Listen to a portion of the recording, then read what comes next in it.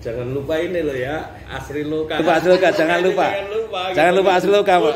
Kunjungin. Bangun pertama kali adalah membangun kembali kepercayaan. Nah, ini loh yang harus diyakinkan kepada masyarakat, kepada anak-anak muda bahwa kamu bisa mandiri, kamu bisa hidup, kamu bisa melakukan sesuatu.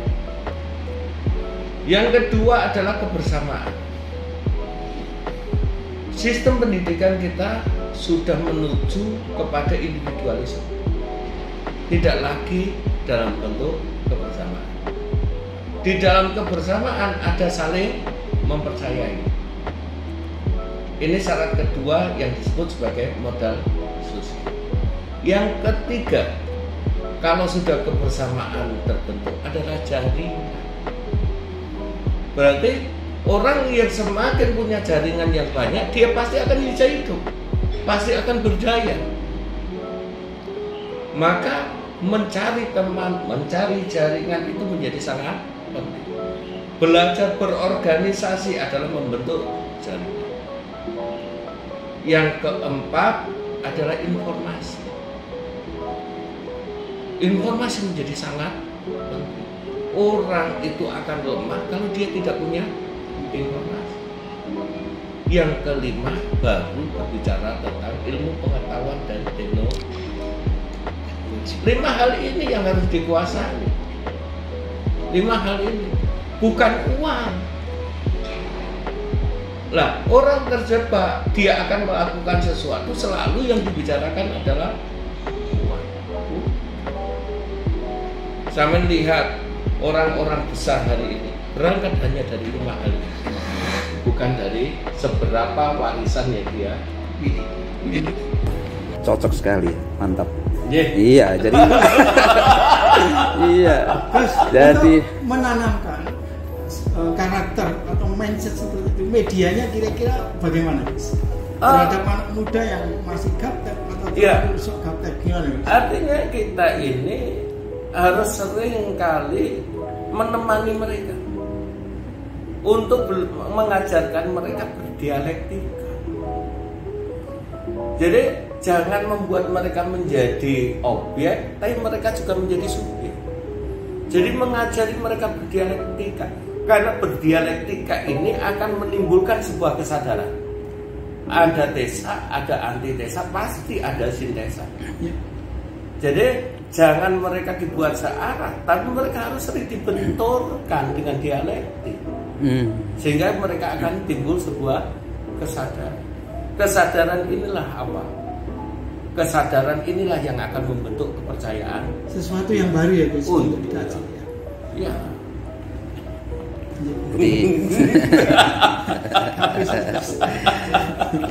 dialektika Nah, itu kira-kira untuk dialektika dan lain sebagainya itu nanti kira-kira kita mampu membentuk itu dalam kita tatap muka berapa kali, durasinya bagaimana? Jadi gini, tergantung metodologi kita. Ya.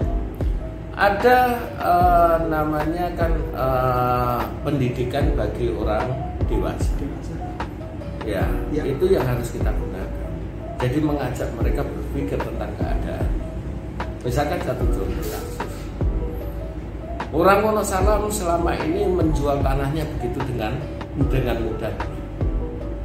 Mereka lupa mereka punya anak, punya cucu. Mereka akan punya keturunan. Sekali disentil aja sama mereka, kamu jual tanahmu hari ini berapa? Untuk apa? Terus kalau Wonosalam hari ini akan berkembang luar biasa, kamu akan jadi apa ketika kemudian kamu sudah kehilangan tanahmu?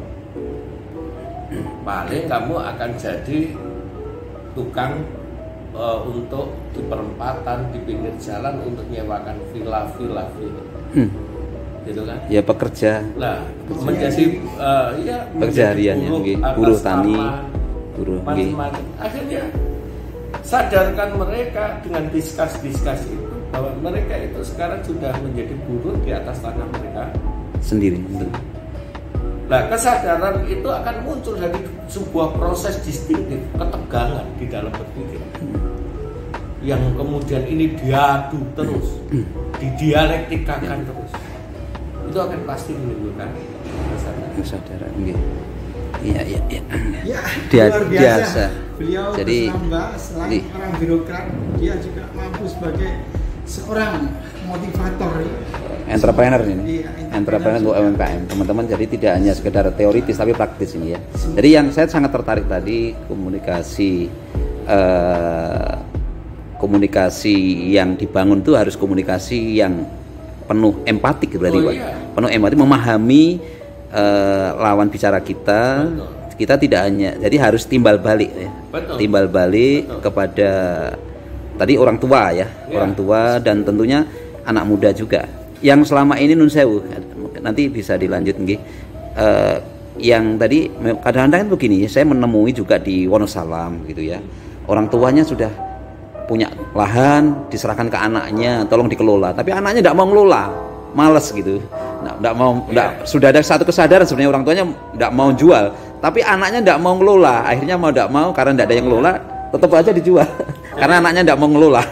Ini yang perlu diberikan kesadaran juga. Ini disebabkan karena mereka tidak pernah punya pikiran lain, mereka tidak terbuka wawasannya tentang keunggulan daerah mereka.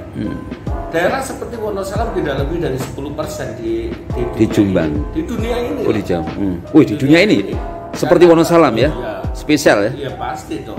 Jawa Timur cuma punya berapa tempat yang punya hawa yang begitu sejuk, dengan air yang begitu bagus, dengan alam yang begitu indah, tidak banyak. Tidak banyak.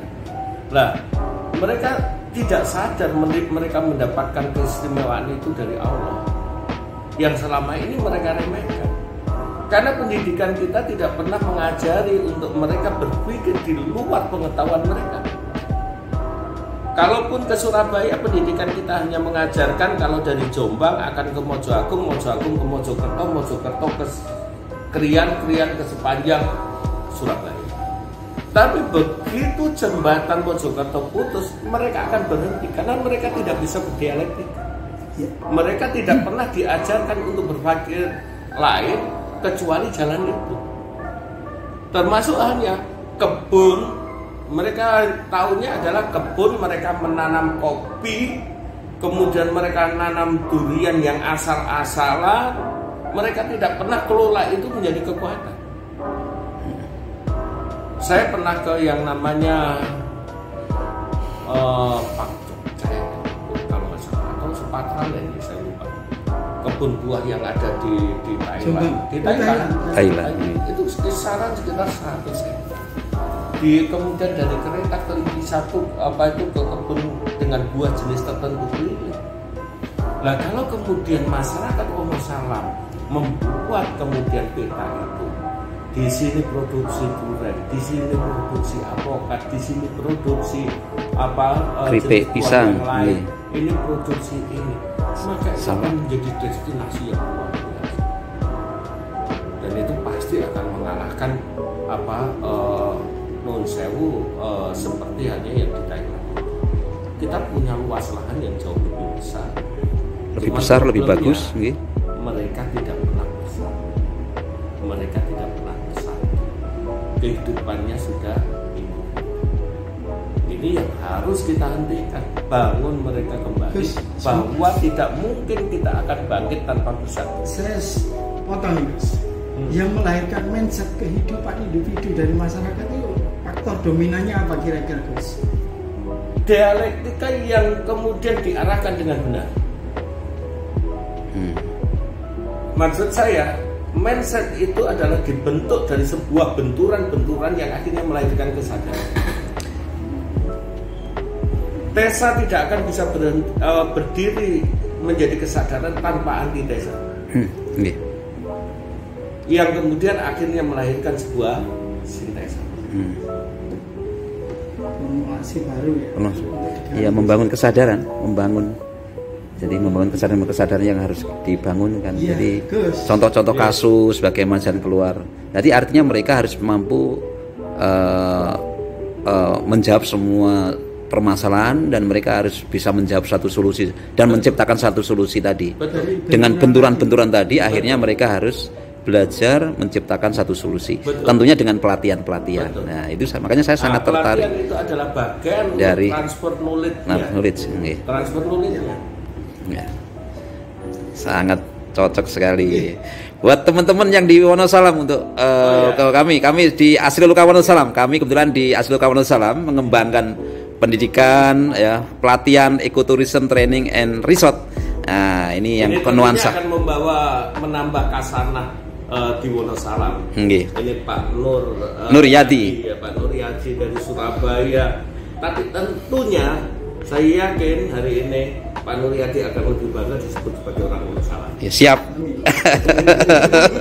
Ya, luar biasa. Yang disampaikan Gus Ramba. Luar biasa. Selain birokrat juga motivator yang ini kita butuhkan agar Jombang khususnya Wonosalam jadi ikon bukan Jawa Timur tapi Indonesia. Semoga Gus Ramba selalu sehat dan umur yang ada sekarang selalu dalam barokahnya. Amin. Amin ya rabbal alamin. Terima kasih Gus Ramba. Sama-sama nggih. Nggih. Jadi sekali lagi di Indonesia bahkan di dunia tadi lahan seperti Wonosalam tidak banyak.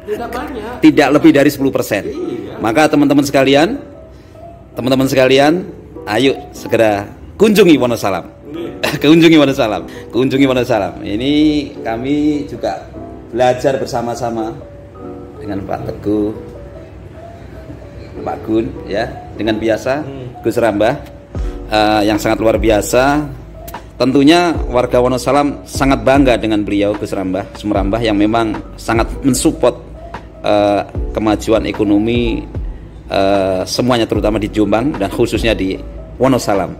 Semoga tujuan besar beliau untuk mensejahterakan warga Jombang semakin sejahtera, mandiri, dan memiliki jati diri yang unggul, yang memiliki kekhasan, ya, kemandirian, dan tidak tetap menjaga ciri khas daerahnya, apa itu, adatnya masing-masing, adatnya masing-masing, ya, insya Allah, ya, dengan ketulusan beliau sangat luar biasa. Saya sangat merasakan sekali berdialek dengan beliau yang sangat luar biasa, ilmunya luar biasa. Terima kasih, mudah-mudahan bisa memberikan inspirasi untuk kemajuan kita bersama. Terima kasih.